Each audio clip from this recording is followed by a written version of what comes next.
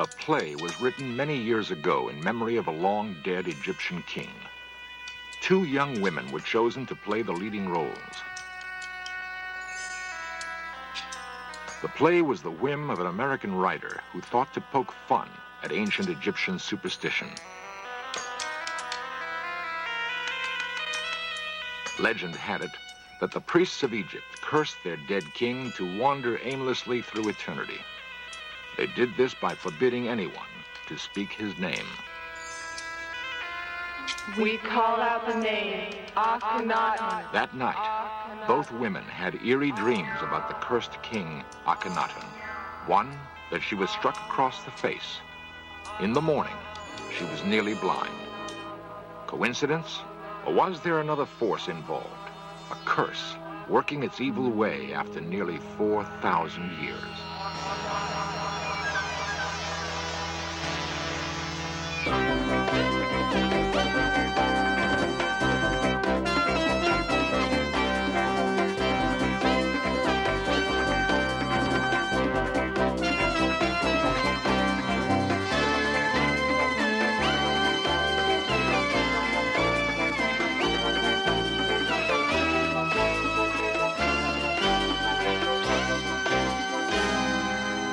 The priests of Egypt had enormous power.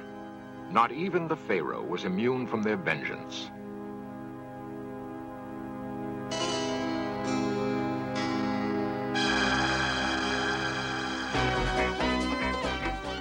This series presents information based in part on theory and conjecture. The producer's purpose is to suggest some possible explanations, but not necessarily the only ones, to the mysteries we will examine.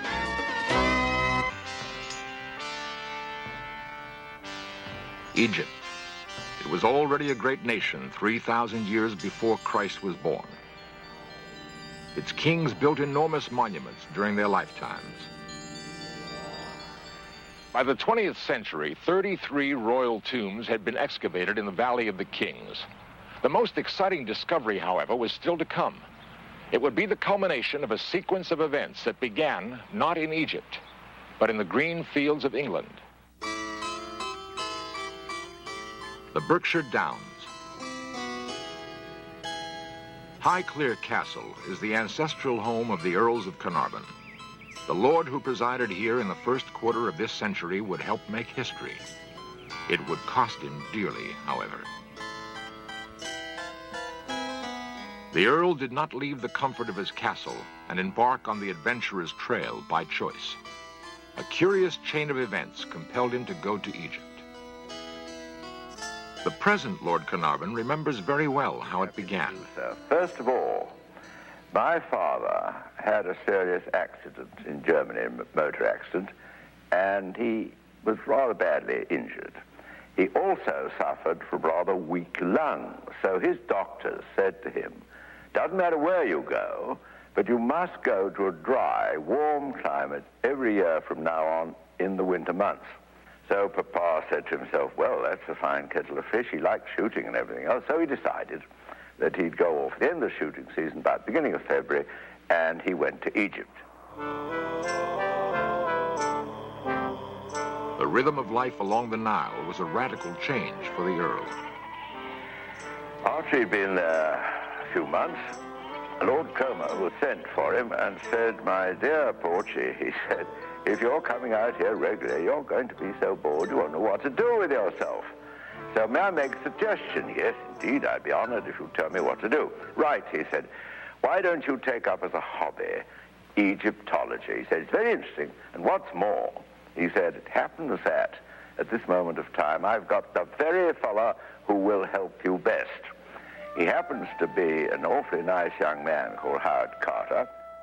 Howard Carter was an intense, driven man. After 15 years with the British Civil Service in Egypt, he'd been fired for refusing to apologize to a superior. Carter stayed on in Egypt because he had a dream. By the time Lord Carnarvon returned to England, he'd agreed to bankroll that dream. 15 years after the bargain was struck, Carter still labored in the Valley of the Kings. His dream?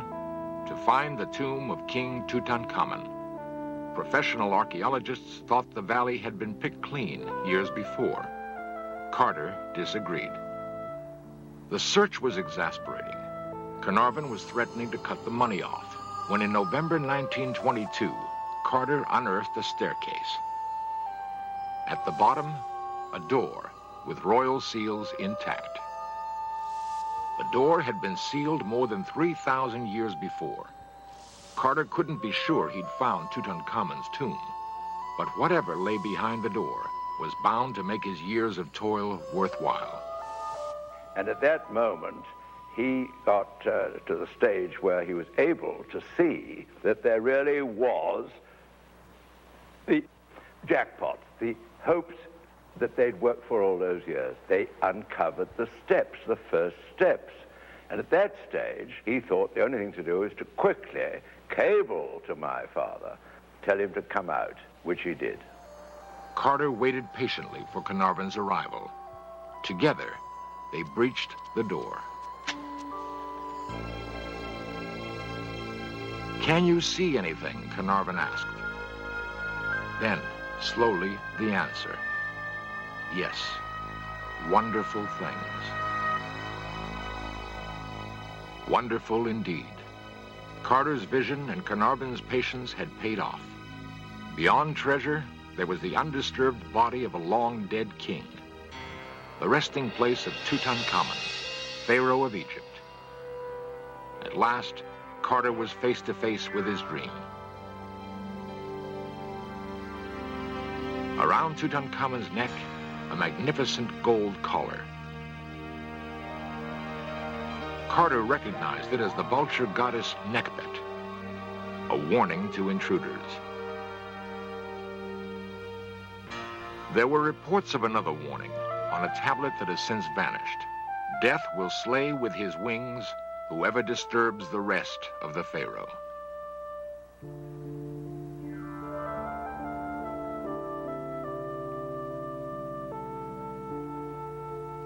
There was little time to worry about curses. Ahead lay the enormous task of cataloging the treasure. Carter and Carnarvon were apparently not the first to enter the tomb after it was sealed. There was evidence that someone had rummaged around, then fled. Perhaps ancient tomb robbers frightened by the curse. Carter gathered up the great treasure thieves had abandoned, evidence that Tutankhamun reigned in the glory days of Egypt's past.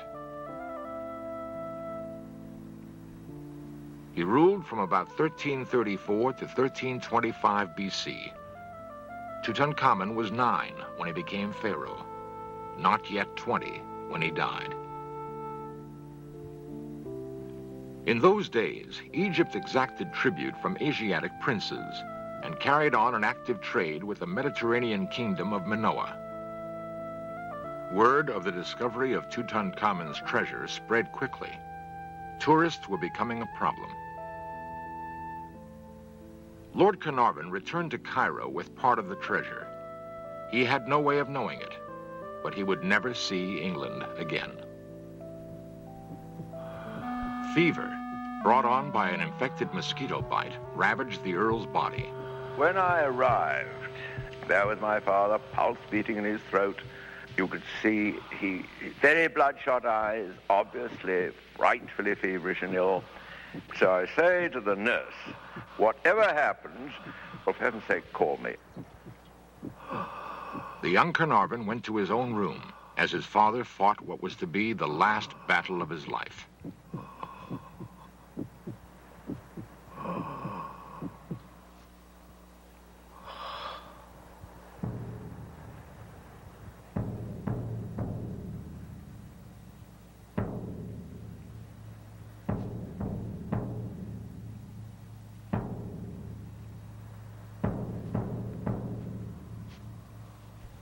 Sure as fate, about 5 to 2, the good lady is shaking me awake, and she said, "Your father's drawn his last breath. Please come quickly."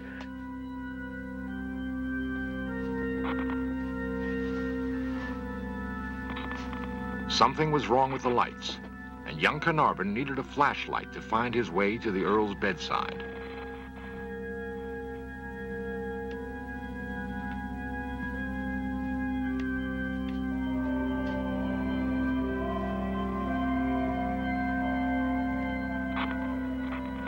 Officially, the cause of Carnarvon's death would be pneumonia. The Egyptian press had another explanation. Your father disturbed the remains of King Tutankhamun.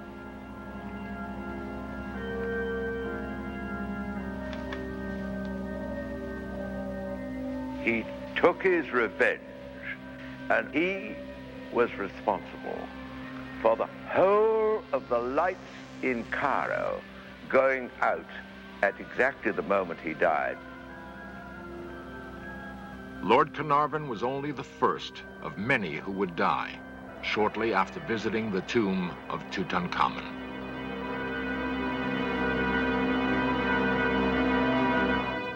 The discovery of Tutankhamun's tomb was a great event, but the sudden and mysterious death of Lord Carnarvon had cast a pall on the celebration. Carnarvon's grieving son returned to England, only to find new evidence that his father might have unleashed some malevolent force, which cost him his life. Already, the popular press was proclaiming Lord Carnarvon's death to be the revenge of the mummy. His son took refuge behind the walls of Highclere Castle. The memory of that awful night in Cairo would not so easily be shaken. I had a little fox terrier bitch called Susie. And when I got back, very old-fashioned housekeeper, Mrs. McLean, said to me, "I've something to tell you, my lord, a really extraordinary happening." At 5 minutes to 4, and as you know, Cairo time is 2 hours, so we're 2 hours in front of Cairo, she said, Susie sat up on her hind legs. Her mouth was covered in foam. She let out a howl like a wolf and fell back dead. Something of a panic set in. Collectors rushed to get rid of whatever Egyptian relics they possessed. Howard Carter's assistant, Richard Bethel, died suddenly of a circulatory collapse. Bethel's father, Lord Westbury, committed suicide. The chief Egyptologists at both Paris's Louvre and New York's Metropolitan Museum died shortly after visiting the tomb. American financier Jay Gould took ill and died within days of seeing Tutankhamun's final resting place. To date, 22 deaths have been associated with the curse.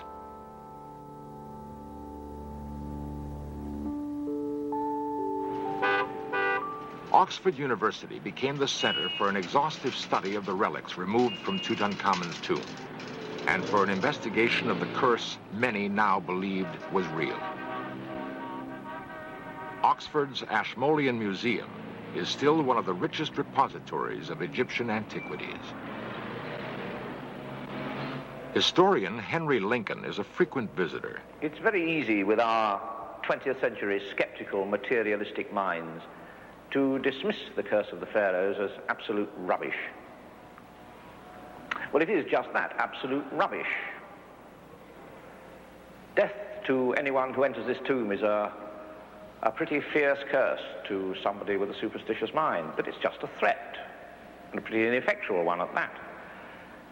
And we all know that the curse of the pharaohs was concocted by the popular press because Lord Carnarvon had sold the rights to the discovery of Tutankhamun's tomb to the Times, and the other papers wanted something sensational to write about.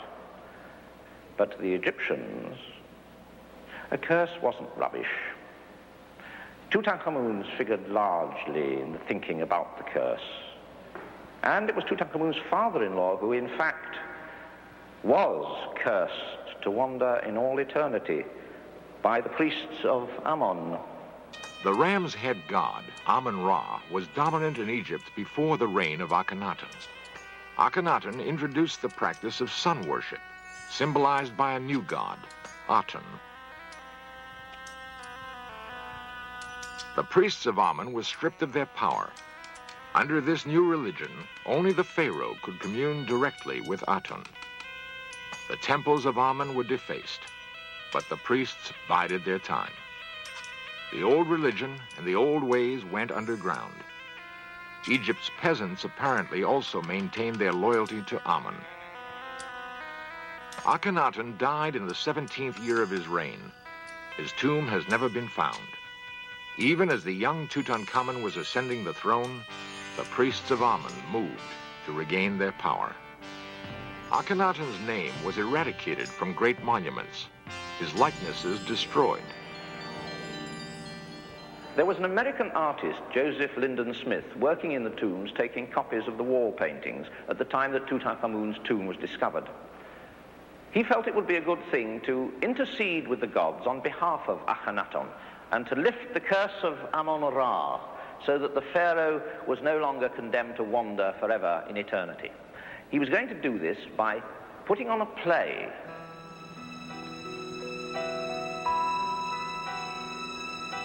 The ruler is born like the atom and will endure for eternity if only we speak his name. We call out the name Akhenaten. Akhenaten, Akhenaten, Akhenaten, Akhenaten, Akhenaten, Akhenaten, Akhenaten. We call out the name Akhenaten. At the final dress rehearsal, something unheard of happened. At the moment when Akhenaten's own prayer was being spoken, a colossal hailstorm began. To the Egyptian helpers who were there for the play, it was as if the gods were throwing stones at them. The rehearsal had to be abandoned. The two women who were playing Akhenaten and his mother, both that night had the same dream. Each dreamt that she was standing in a temple dedicated to Amun-Ra, and the statue of the god came to life and struck them. But for each woman there was one small difference in the dream. One of the women was struck across the stomach and the other across the face. Within 48 hours, the one who had been struck across the body was having a serious abdominal operation, and the one who had been struck across the face had the most virulent case of trachoma ever seen in a European. She almost lost her sight. Everybody associated with that little play within that period of 48 hours had been struck down by some minor illness or other. Was that the curse of the priests of Amun, still working after all those thousands of years? And if it wasn't the curse, what was it? A new chapter to the mystery of the mummy's curse opened in 1976 at the Paris airport. The occasion was an eerie state visit. The mummy of King Ramses was arriving with pomp and circumstance due a chief of state. Something terrible was happening to the mummy, and Egypt wanted France to help. The mummy was taken to the Museum of Man in Paris. In a sealed laboratory, Egyptologists gathered. The Ramesses mummy was among the most perfectly preserved of all those found in the Valley of the Kings. Now it was beginning to deteriorate rapidly. The Egyptians wanted to know if Ramesses could be saved. Tutankhamun's mummy had been ravished by the time of its discovery. Some theorize the priests of Amun deliberately thwarted the embalming procedure. There has been no public announcement to date about what the French experts found when they unwrapped the body of Ramesses.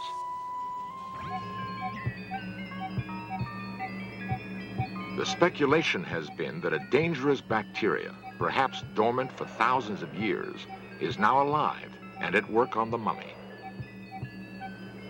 Egypt's priests knew something of biology. Perhaps they knew more than modern men imagine. In the tomb of Tutankhamun were many wonderful vessels of gold and alabaster. They were apparently designed to hold precious liquids and rare unguents. If they contained something else, something lethal, the secret died with the last priest of Amun-Ra. 1977 affords millions of Americans the opportunity to see Tutankhamun's treasures. They are on special loan from the Egyptian government and will tour museums in Washington, D.C., Chicago, New Orleans, Los Angeles, Seattle, and New York. 55 works of art from what many consider the greatest archaeological find in history. Time has eroded much of the mystery and awe which gripped discoverers Carter and Carnarvon. The curse is probably rubbish after all. Perhaps the priests of Amun-Ra tasted enough vengeance with the deaths of Lord Carnarvon and some of his close associates. After all, Howard Carter lived out a long and happy life, and he was the first to break the seals on Tutankhamun's tomb. If the priests of Amun sought to obliterate the memory of Akhenaten and his heir Tutankhamun, they failed. Their names have been rediscovered and spoken again and again. To a pharaoh, that was assurance of immortality.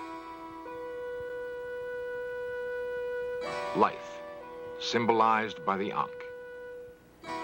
Earrings, probably worn by Tutankhamun as a young boy. The wooden figures are likenesses of favorite slaves, servants for the pharaoh in the afterlife.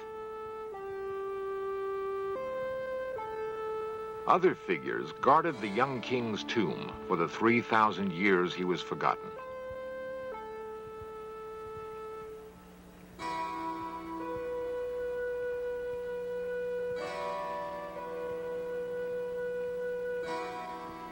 If we believe the curse, we must believe something else. We must believe that in the end, Tutankhamun triumphed over the priests of Amun.